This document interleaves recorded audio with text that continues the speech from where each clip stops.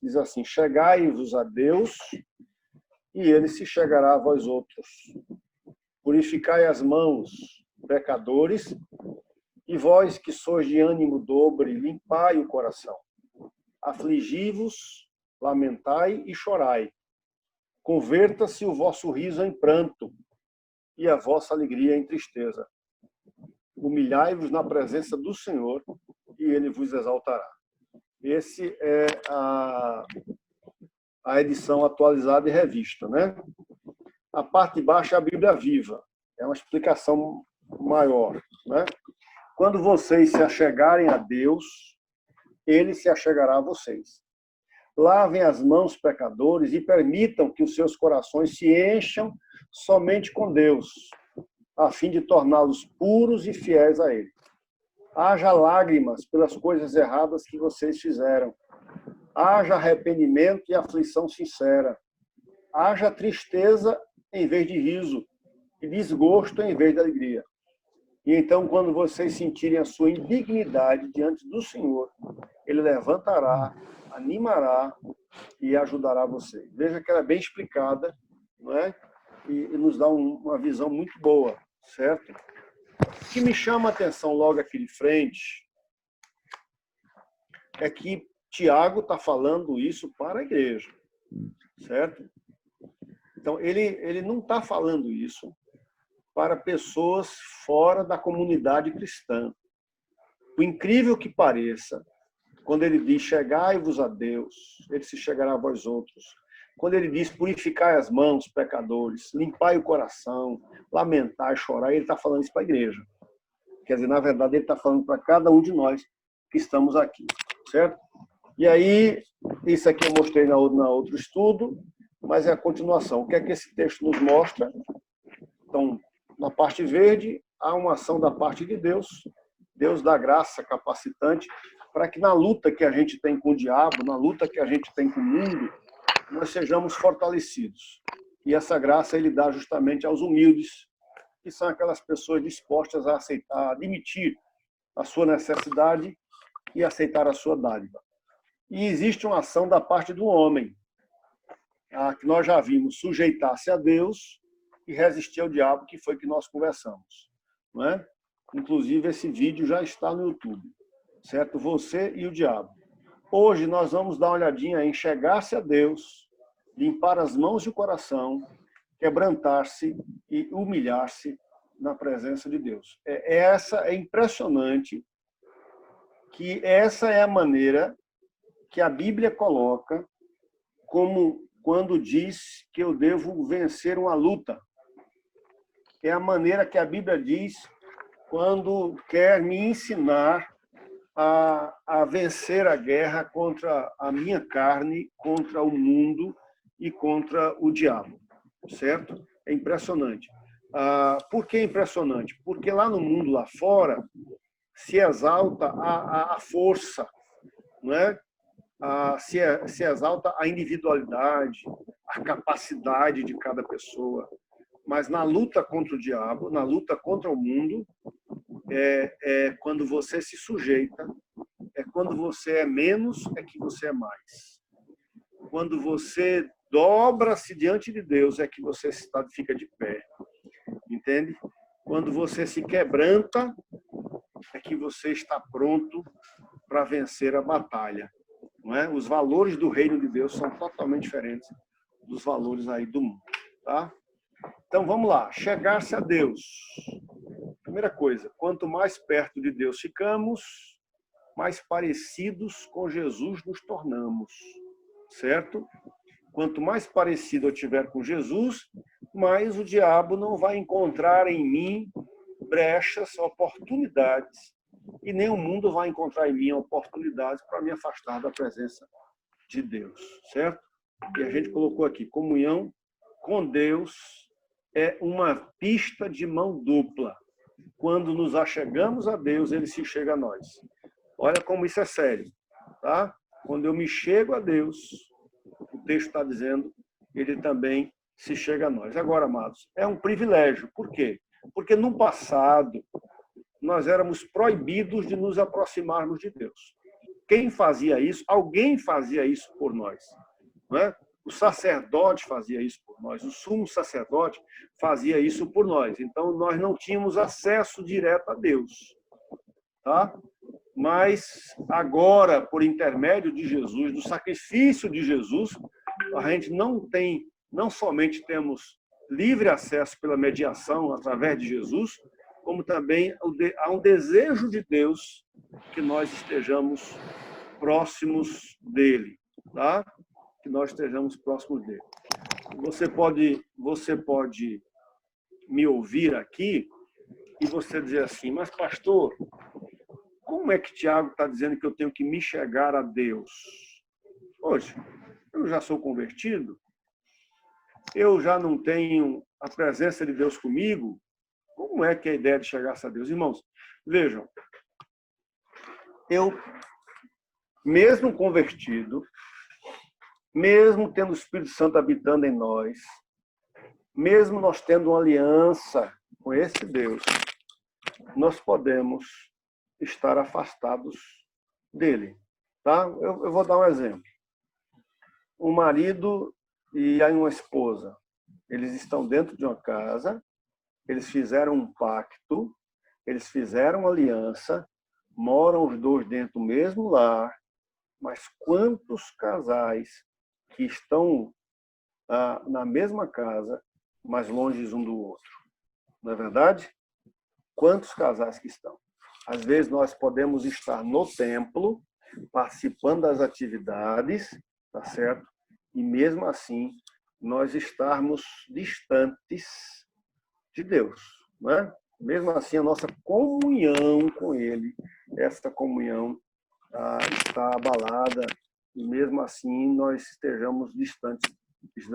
Vocês vão lembrar que quando Jesus fala para a igreja de Éfeso, ele disse, eu tenho contra vocês uma coisa, que vocês abandonaram o primeiro amor. Vocês deixaram de me amar como me amava antes. É isso que ele está dizendo. Vocês já não têm o prazer de estar perto de mim como vocês tinham prazer antes. Tá? Vocês se acostumaram comigo. Né?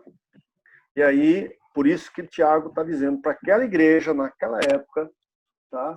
Que eles precisavam se achegar, se tornar íntimos de Deus. Quanto mais íntimo eu me torno de Deus, mais guardado eu sou na presença dele. Lembre do Salmo 91, o que habita no esconderijo do Altíssimo, a sombra do Onipotente descansará.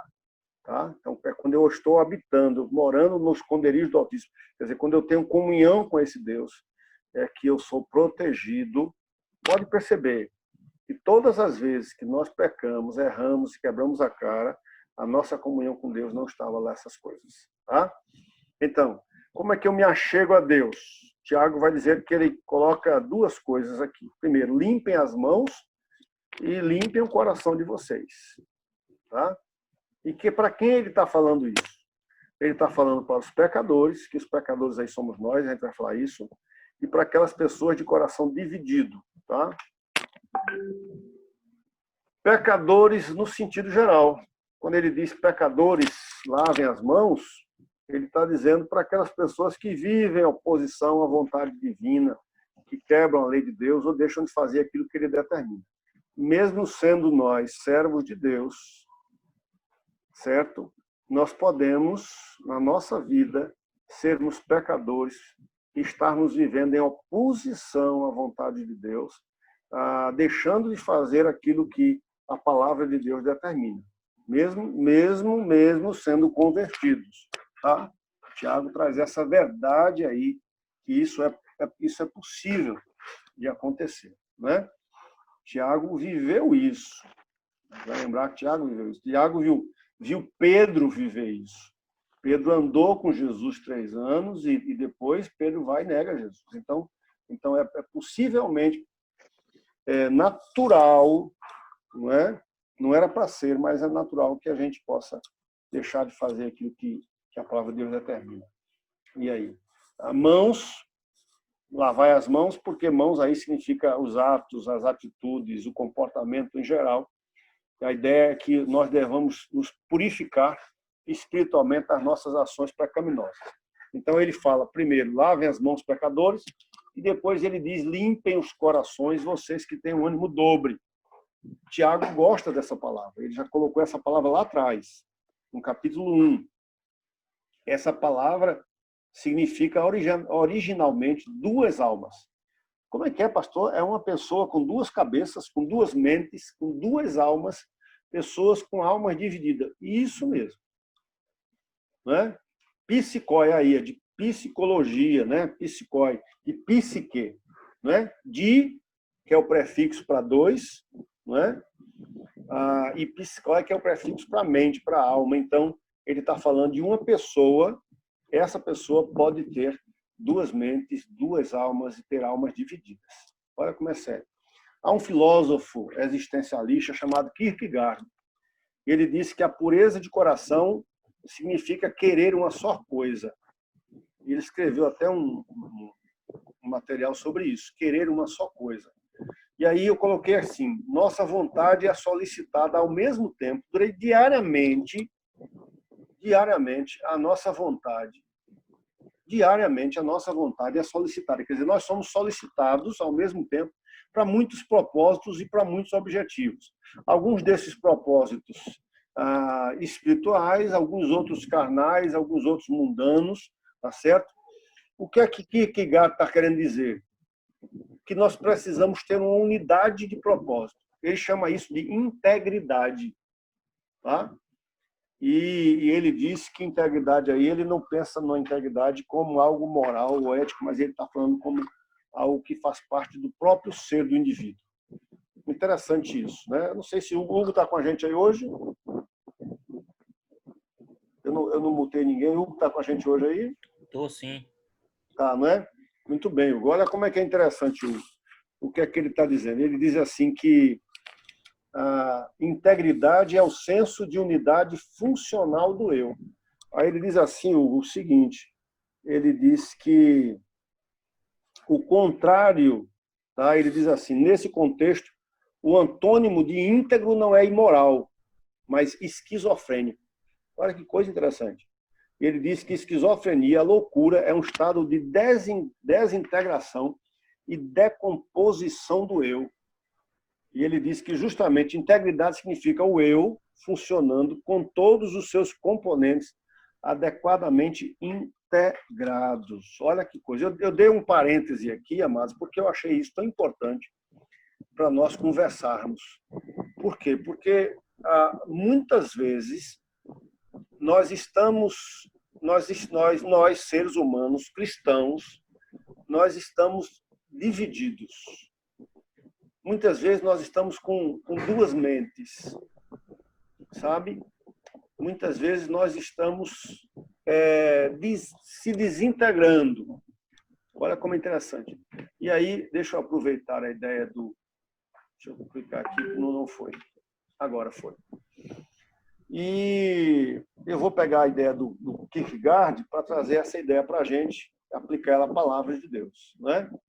Como é que eu posso ser íntegro? Ao invés de ter duas almas no mesmo corpo, duas mentes, eu ter uma só. E ele vai dizer, isso acontece quando você encontra o bem supremo da vida. Certo? E aí, eu quero trazer a parábola de grande preço. Lembra? Aquela parábola, Mateus capítulo de número 13. Mateus 13. Isso é bem interessante. O reino dos céus é também semelhante a um que negocia e procura boas pérolas, e tendo achado uma pérola de grande valor, vende tudo o que possui e a compra. O que é que ele está dizendo? Que quando você encontra esse bem supremo, ele se torna aquilo de mais importância dentro da sua vida. Aqui na parábola de Jesus está dizendo que o reino de Deus, o próprio Deus, é essa pérola. Tá certo? Que quando nós encontramos essa pérola, nós nos desfizemos de tudo aquilo outro, dos ídolos que tinha, dos altares que a gente tinha. A gente se desfez de tudo, tá certo? Para tomar nas mãos essa pérola, tá? Para tomar nas mãos o Senhor Jesus. Então, Paulo vai dizer isso. Né? Paulo vai dizer que aquilo que ele considerava que era importante na sua vida, ele depois que encontrou Jesus, ele achou que aquelas coisas eram esterco, era estrumo, não é? Justamente em comparação com o Senhor Jesus. Kierkegaard disse que quando você coloca algo como supremo, o Senhor Jesus como supremo na sua vida, você mantém a sua integridade, você não fica desfacelado, né? E a outra coisa é quando a gente forma um núcleo supremo de interesses. Isso é, quando você tem um alvo principal, um alvo supremo, algo que absorve a sua vida, que faz você ficar apaixonado. Os outros interesses mundanos, diabólicos, as outras coisas que surgirão na sua vida, não deixarão de existir, mas elas perderão seu poder de atração. Por quê? Porque aquele núcleo de interesse significa o seguinte, que tudo que vai passar pela sua vida, você vai avaliar, tá certo? A partir do Senhor Deus, que é aquilo que é mais importante, tá certo? E você vai avaliar a partir daquele núcleo de interesses, tá? Então, aquilo como é que eu posso dizer? Aquilo que não está combinando com aqueles interesses, aquele interesse supremo, aquilo ali eu deixo de lado. Aquilo ali já não tem tanto atrativo para mim, tá certo? Vai continuar ali ao meu redor, mas já não vai mexer muito comigo, tá? E Hebreus 12 fala isso, visto que temos uma multidão tão grande de homens de fé observando-nos da tribuna principal, afastemos de nós qualquer coisa que nos torne vagarosos ou nos atrase, e especialmente aqueles pecados que se enroscam tão fortemente em nossos pés e nos derrubam, e corramos com perseverança a carreira especial que Deus nos pôs diante de nós. Mantenha um olhar firme em Jesus, nosso líder e orientador, tá? Então, deixa eu perguntar, eu não sei se o Cristiano, se o Hugo, não sei se nem esse Cristiano está aí também, se querem dar alguma palavra nessa área, porque eu achei bem interessante a gente abrir esse parêntese para eu passar para vocês isso, não é? Principalmente vocês que estão aqui jovens, que são tentados pelas muitas ofertas, pelas muitas situações que a gente passa na vida e que precisarão avaliar aquilo que deve, aquilo que não deve, aquilo com quem tem que estar, aquilo com quem não tem que estar, o trabalho que eu vou ter, o trabalho que não vou ter, como eu vou estar nesse trabalho. Por exemplo, se eu vou ser um advogado, quais as causas que eu devo pegar, que eu não devo pegar, o que é, o que não é. Então, o que é que vai me fazer ficar centrado? Essa é a ideia. O que vai me fazer ficar centrado é quando eu tenho essa pérola de grande preço e quando eu tenho um alvo, tá certo? Quando eu tenho um núcleo dentro de mim e esse núcleo supremo, esse alvo principal é agradar a Deus, tá certo?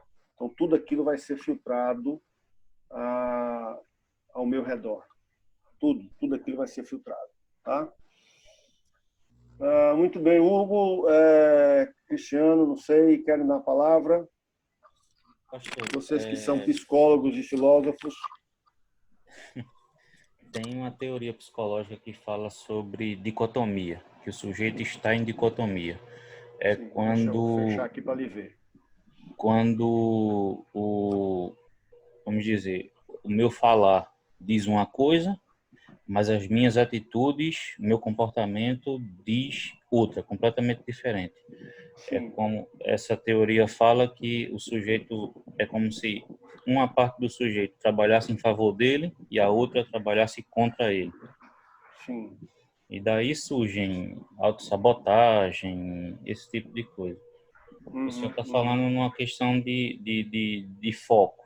A gente, como cristão, se a gente tem essa problemática, a gente não vai conseguir focar em Cristo.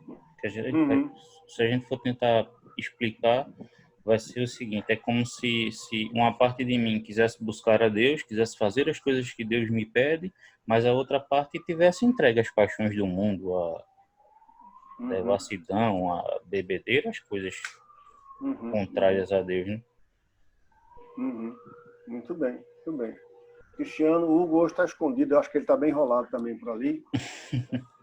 Cristiano, quer falar? Sim. Eu estava pensando aqui nas pequenas coisas, né?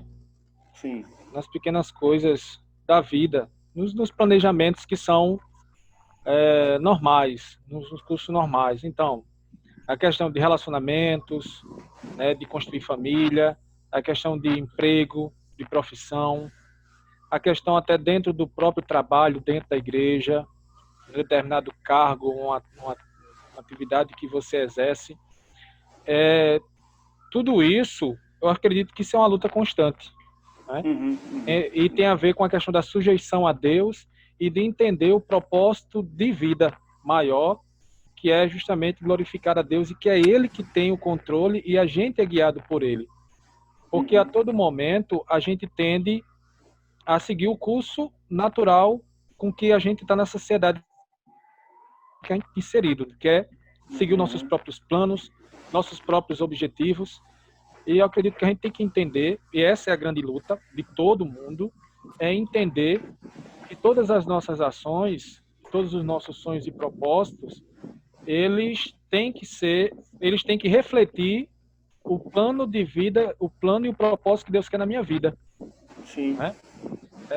Então, com isso, Deus não impede, e não é desejo de ninguém de impedir, que você foque na sua família, desenvolvimento da sua família, que você foque em estudar ou em trabalhar, que você faça um bom papel, um desempenho bom, uma boa ação dentro da igreja, dentro daquilo que você está servindo, mas mesmo nessas pequenas ações, que não são coisas muito distantes, né? como alguma coisa do mundo, como bebendo, como farrando, como se prostituindo, mas nessas pequenas ações a gente também pode tomar o controle, a gente pode estabelecer os nossos próprios propósitos para cada uma dessas ações.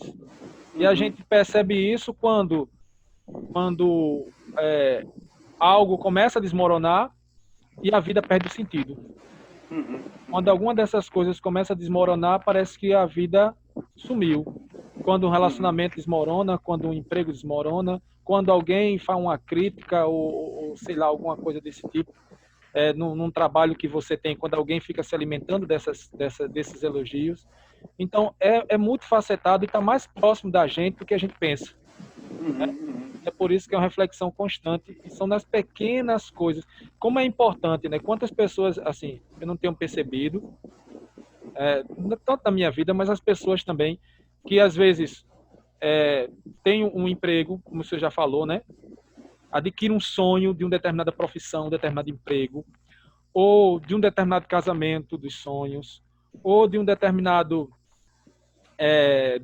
curso que queria estudar, ou, sei lá, de uma pequena coisa. Como você coloca o peso todo em cima daquilo ali e o propósito, às vezes, fica arrastando. Esse propósito superficial arrasta você, arrasta a sua vida, a sua visão para aquilo ali. E aí eu me lembro do sacrifício de Abraão, né? Sim. Abraão, com aquela idade, teve o seu filho. Eu fico imaginando, hoje em dia, os avós ficam mimando tanto seus filhos. Eu fico imaginando Abraão naquela idade, com um filho pequeno, e Deus chega a Abraão e pede Isaac. E aí nesses momentos de renúncia, não é de abandono, mas é de renúncia, de entender que o meu propósito com Deus, ele é maior e os outros têm que estar inseridos, né? É que a gente percebe que quanto a gente está desviando do propósito principal de Deus na nossa vida e que tudo isso pode estar inserido, né? É verdade. Ok. Como as duas palavras, as duas inserções foram positivas, né? Então, os jovens, presta atenção, jovens. A igreja, a religiosidade em si não pode ser, não deve ser o seu supremo bem. A sua paixão precisa estar por Jesus. Ele precisa estar no foco. Porque amanhã, por exemplo, você vai ser cantada ou cantado por um jovem que não tem relacionamento com Deus. Então, você vai filtrar aquilo através de quê? Através do seu interesse maior, que é fazer a vontade do Pai. Tá certo? Trabalho, qualquer outra coisa. Você vai ser sempre, você vai estar no trabalho e vão tentar lhe corromper. O que é que vai impedir que você se corrompa? Se você tiver uma alma só. Se você tiver uma mente só. Se você tiver duas mentes, como o nosso irmão Hugo falou aí da dicotomia, se tiver duas mentes, você vai estar com problemas. Tá certo? Porque você vai estar justamente se desintegrando e aí é complicado. Tá bom? Então vamos voltar para cá. Ok. Deixa eu clicar aqui. Aqui. Então, qual a orientação de Tiago nesse caso? Limpem, purifiquem o coração de vocês. Quer dizer, dê uma olhadinha no teu coração, tira do teu coração tudo aquilo que torna você dividido. Tá? O teu amor não está sendo completo por Deus, porque ele tem que ser tudo na sua vida, porque existe algo que está dividindo esse amor. Essa é a ideia. Purificar o coração é tirar da minha vida aquilo que pode estar dividindo o lugar com Deus no altar da minha vida. Pensa que Deus está no trono, pensa que tem um trono no teu coração e pensa que nesse trono está Deus e tem outras coisas junto com ele. Quando a gente pensa nisso, é um absurdo, né? Muitas vezes nós fazemos justamente isso. Há outras coisas que estão lá no trono, dividindo a minha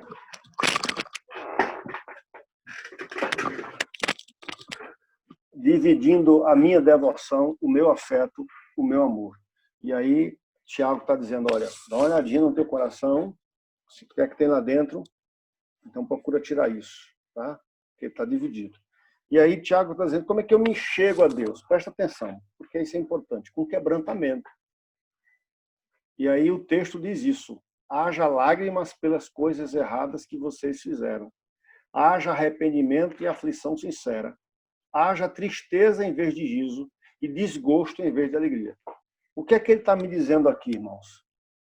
Que nós não podemos tomar por natural, por besteira, tá certo? Nós não podemos diminuir, tá? Minimizar essa palavra, reduzir o pecado na minha vida.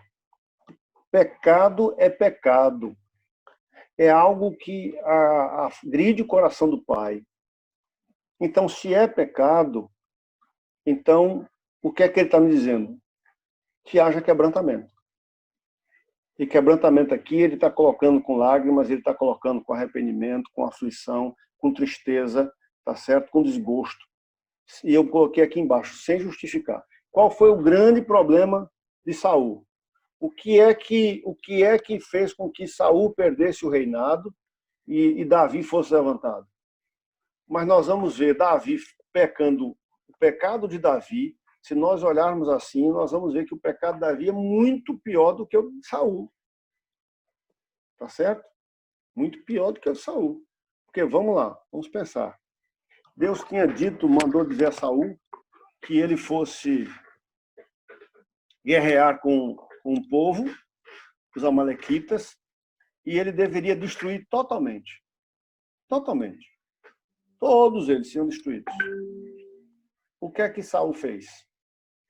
Saul não matou todo mundo. Saul pegou dos animais e separou os animais, os melhores. E aí, quando Samuel chega, ele diz, o que é que você fez? Ele disse, não. Ao invés de dizer assim, não, realmente eu errei. Puxa, eu recebi uma ordem e eu devia cumprir o que eu fui ordenado. Mas não, ele diz assim, mas não é possível, eu procurei fazer o melhor. Isso aqui é para sacrifício, isso aqui é para Deus. E aí ele vai ouvir Samuel dizer, tá certo? Que o pecado de rebelião é como o pecado de feitiçaria. Quer dizer, o que é que ele fez? Ele adulterou? Não. Ele matou alguém? Não. Mas ele não obedeceu a Deus. Mas o problema foi esse? Não. O problema foi que ao invés de ele dizer, puxa, eu errei, o que é que ele foi fazer? Nas 2 vezes que ele teve problema, ele foi justificar. Aí passou. E aí Samuel disse, olha, você vai para lá, está na guerra com os filisteus, vai para lá, com 7 dias eu chego. Espere por mim nesses 7 dias para que eu diga a você o que é que Deus quer que você faça. Muito bem. Aí ele foi, aí esperou 1, 2, 3, 4, 5. Quando chegou no 7º dia, quem esperou 6 dias, podia esperar mais um. Quando chegou no 7º dia, ele resolveu sacrificar o animal, que não podia fazer o rei, só quem podia fazer era justamente o profeta, o sacerdote, podia fazer isso. E ele resolveu fazer. Quando ele terminou, Samuel chegou, foi o que tu fizesse. Ele disse, não, porque chegou nos 7 dias, tu não chegasse. O povo estava comigo, os soldados começaram a ir embora. Os filisteus que estavam aqui ao nosso redor começaram a nos apertar. Então, eu terminei agindo assim. Olha, mais uma vez, ao invés de eu dizer, puxa, eu errei, cara. Samuel, eu fiz o que não devia ter feito. Eu pisei na bola. Em vez de ele se entristecer, se desgostar, sabe? Se afligir, ele foi justificar. Esse é um problema nosso, que é a falta de reconhecimento dos nossos erros. E a palavra que ele vai usar, que Tiago vai usar no finalzinho do verso, é humilhai-vos, e eu botei aqui, humilhar-se é descer até o chão. Quer dizer, é reconhecer o meu erro. Qual a diferença com Davi? Davi vai, adultera com Batseba, manda matar o esposo dela, mente, tudo isso, mas quando Natan chega e conta aquela história lá da ovelhinha, tá? E diz, olha, tu és um homem, porque tu tinha tantas mulheres, foi buscar de quem só tinha uma. Tu és esse homem. O que é que Davi faz? A Bíblia diz que Davi vai chorar. A Bíblia vai dizer que ele vai dizer no Salmo que o travesseiro dele era banhado de lágrimas. Não é? A Bíblia vai dizer que ele chega e tem uma das mais lindas orações que... Quantas vezes eu já não fiz essa oração do Salmo 51? Quantas vezes eu não cheguei para Deus e digo, ó Senhor, compadece-te de mim, lava-me completamente da minha iniquidade, purifica-me do meu pecado. Pequei contra ti somente. Quer dizer, ele se derrama reconhecendo os seus erros e aí Deus o traz para perto de si. Deus o traz para perto de si. Quer dizer, amados, que o grande problema é que nós temos a tendência, eu já estou terminando, que nisso está ali, a fecha ou não fecha, mas o grande problema é que nós somos de justificar. Muitas vezes nós agimos como Saul, em vez de reconhecer, dizer assim, eu errei, eu pequei, eu desobedeci, Deus. Eu não pequei contra ninguém, não, eu pequei contra o Senhor mesmo, é o que Davi vai dizer. Sabe? E reconhecer o meu erro, descer até o chão, e não tentar me colocar em pé na presença de Deus e começar a justificar. Porque quando eu justifico, eu estou tratando Deus de igual para igual, eu estou dizendo que Deus não sabe o que está fazendo. Oh, amados, quando Deus aponta para mim o meu pecado, Deus não é como um juiz humano, que precisa ouvir testemunha, ler os laudos, ouvir aquela história toda, não. Deus sabe o que é que está dentro do meu coração. Deus viu a história todinha, não precisou de câmera, sabe? Ele olhar as câmeras de segurança para descobrir o que é que está vendo. Ele não precisou de testemunhas para saber o que foi que houve, ele não precisou de ninguém, ele consegue enxergar. Então Davi vai dizer assim, eu pequei contra ti, não foi contra ninguém, não, foi o Senhor. Meu pecado está diante do Senhor. Fiz o que era mal perante os teus olhos, e tu és justo quando fores me julgar. Quer dizer, eu sou digno mesmo. Saul fez o quê? Saul disse, não, eu procuro fazer o melhor e ainda assim sou culpado? Olha, às vezes a gente não faz isso. Às vezes a gente não tem essa chorinha de dizer assim, puxa, eu faço 99. No fio 100, já não presta. A gente não tem essa chorinha. Só que a gente faz isso com Deus. E aí, amados, o que é que o Tiago está dizendo? Deus vai se achegar a você e você vai ser vitorioso na luta contra o diabo, contra o mundo, contra o mal aí, a partir do momento que você entender que essa vitória não é ganha se você estiver longe do Pai. Se Jesus não for o centro. Esse é...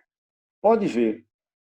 Os jovens estão aqui comigo, tem gente aqui comigo, o pessoal da igreja está aqui comigo, e a gente me acompanha há muito tempo e sabe disso. Kátia está aí, é evangélica, sabe disso.